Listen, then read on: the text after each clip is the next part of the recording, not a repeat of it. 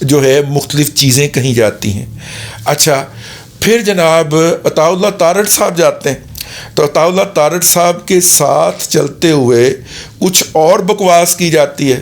وہ اس کا جواب دیتے ہیں لیکن اس کے اوپر پھر ڈبنگ کر دی جاتی ہے جس کے اندر عطا اللہ تارڑ صاحب کو چور ڈاکو لٹیرا وغیرہ اس طرح کی بکواسیات واہیات جو ان ذہنی معذوروں کو یاد کروائی گئی ہوتی ہے وہ وہاں پہ ڈب کر کے لگا دیتے ہیں اور پھر جو ہے وہ مطلب کہ اس کے اوپر حیض اٹھاتے ہیں, اس کا مزہ لیتے ہیں اور کہتے ہیں کہ یہ آزادی اظہار ہے.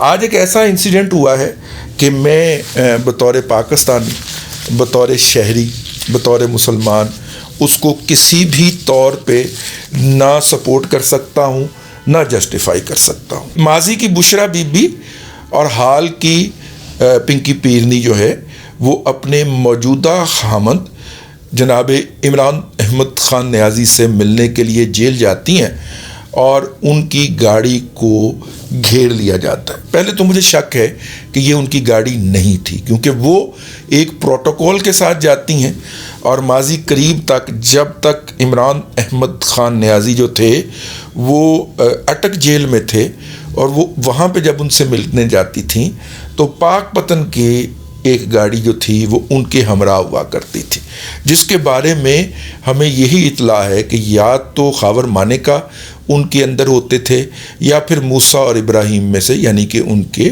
خاور مانے کا میں سے جو بچے ہیں, خیر ان سے تو کوئی بچہ ہوا ہی نہیں, لیکن جو بچے ہیں ان میں سے کوئی اس کے ہمراہ ہوتا تھا. وہ پاک پتن کے اندر رجسٹرڈ جو گاڑی ہے جو وہاں پہ دیکھی جاتی ہے وہ اٹک جیل میں ان کے ہمراہ جایا کرتی تھی. آج جو گاڑی ہم نے دیکھی وہ اکیلی تھی گاڑی, اس کے ساتھ کوئی دوسری گاڑی نہیں تھی. اس کو چند لوگوں نے گھیر لیا اور لوگ جو ہیں وہ کون سے ہیں وہ آپ کو بھی پتہ ہے. لوگوں نے گھیر لیا اور ان کے خلاف نعرہ بازی کی جس کے اندر ایک نعرہ یہ تھا کہ عدت میں شدت, میرا مطلب ہے عدت میں نکاح نامنظور, ٹھیک ہے, اور عدت اس کے علاوہ جادو ٹونا نامنظور. دیکھیے میں آپ کسی شخص کے ساتھ جو ہیں وہ اختلاف کا اظہار کر سکتے ہیں, اس کے لیے فورم ہو سکتے ہیں اور ایسے فورم جس پہ اوپر وہ جواب دے سکے. جس طرح ہمارے کسی ولاگ سے کوئی پارٹی متاثر ہوتی ہے تو ہم اسے کہتے ہیں بھائی اپنا جواب لکھ کے بھیج دے سی ہوگی, نشر کر دینے اور کرنے. لیکن اس جگہ کے اوپر پبلکلی جہاں پہ آپ اس کو گھیر لیں اور اس کے اوپر نعرے لگائیں, میں ذاتی طور پہ اس کی شدید مذمت کرتا ہوں. ایسا بالکل بھی نہیں ہونا چاہیے, اس کی کوئی جسٹیفیکیشن نہیں. جس طرح حسین نواز کی, جنید صفدر کی, مریم اورنگزیب کی اور ہنا پرویز بٹ کی اور تارڑ صاحب کے خلاف انٹیمیڈیشن کی, ان کو ہراساں کرنے کی, ان کو دھکے دینے کی کوئی جسٹیفیکیشن پیش نہیں کی جا سکتی, اس طرح ماضی کی بشرا بی بی, حال کی پنکی پیرنی کے خلاف جو کچھ آج اڈیالہ کے باہر ہوا ہے اس کی کوئی جسٹیفیکیشن پیش نہیں کی جا سکتی. اسے مکافات عمل کے کور کے اندر بھی نہیں لپیٹا جا سکتا. اس کو جتنی جلدی اور جتنا ہو سکے کرب کیا جائے اتنا ہی زیادہ مناسب ہوگا, ورنہ یہ ہمارے معاشرے کے فیبرکس کو تباہ و برباد کر کے رکھ دے گی. لہٰذا ہمیں اور آپ کو اس کی اجتماعی طور پہ قطعاً بھی تحسین نہیں کرنی چاہیے, اس کی تنقید ہونی چاہیے, اس کی مذمت ہونی چاہیے. لیکن وہ لوگ جو ہیں جو کہ اس وقت ہمیں یہ جواز فراہم کرتے تھے کہ یہ آزادی اظہار ہے اور ان کے بچوں سے کوئی شادی نہیں کرے گا اور یہ گھروں سے باہر نہیں نکل سکیں گے, ان کو یہ مذمت کرنی زیب نہیں دیتی. ان کا کوئی لوکس سٹینڈ آئی ہی نہیں بنتا, ان کا کوئی جواز ہی نہیں بنتا. ان کو اس کی مذمت نہیں کرنی چاہیے. ان سے میری درخواست ہوگی کہ دل بڑا رکھیں اور اس کی تحسین کریں اور اسے آزادی اظہار رائے قرار دیں اور اسے عین جمہوری رویہ قرار دیں اور یہ کہیں کہ پنکی پیرنی کے بچوں سے بھی اب کوئی شادی نہیں کرے گا. اب پنکی پیرنی بھی پبلک پلیس پہ نہیں جا سکے گی، کیونکہ معیار تو سب کے لیے ایک ہی ہونا چاہیے نا. جو معیار حسین نواز کے لیے ہے وہی معیار پنکی پیرنی کے لیے ہونا چاہیے.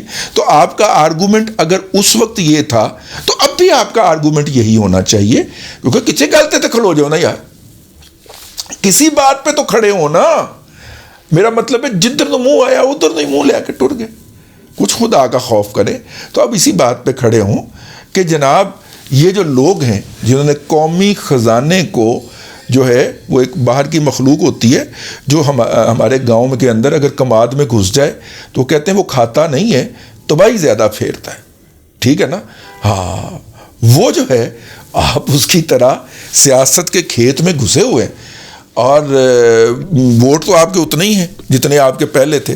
سوشل میڈیا کے ذریعے آپ اس کو ملٹیپلائی کر کے دن کے وقت خواب دیکھتے رہیے، لیکن جو ہے وہ دوسروں کو بھی تو جینے کا حق دیجیے نا.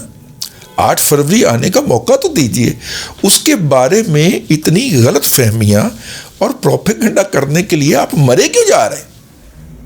بس میں نے کہا کہ یاد دلا دیا جائے کہ ہم نے اس وقت بھی ان حرکات کی مذمت کی تھی اور آج بھی ماضی کی بشرا بی بی اور حال کی پنکی پیرنی کے خلاف آج جو اڈیالہ جیل کے باہر ہوا ہے اس کی بھی شدید ترین الفاظ کے اندر مذمت کرتے ہیں. اب تک کے لیے اتنا ہی. اگلے ولاگ کے اندر پھر حاضری ہوگی. اللہ تبارک و تعالیٰ آپ کو آسانیاں عطا کرے اور آسانیاں خلق خدا میں تقسیم کرنے کی توفیق عطا کرے.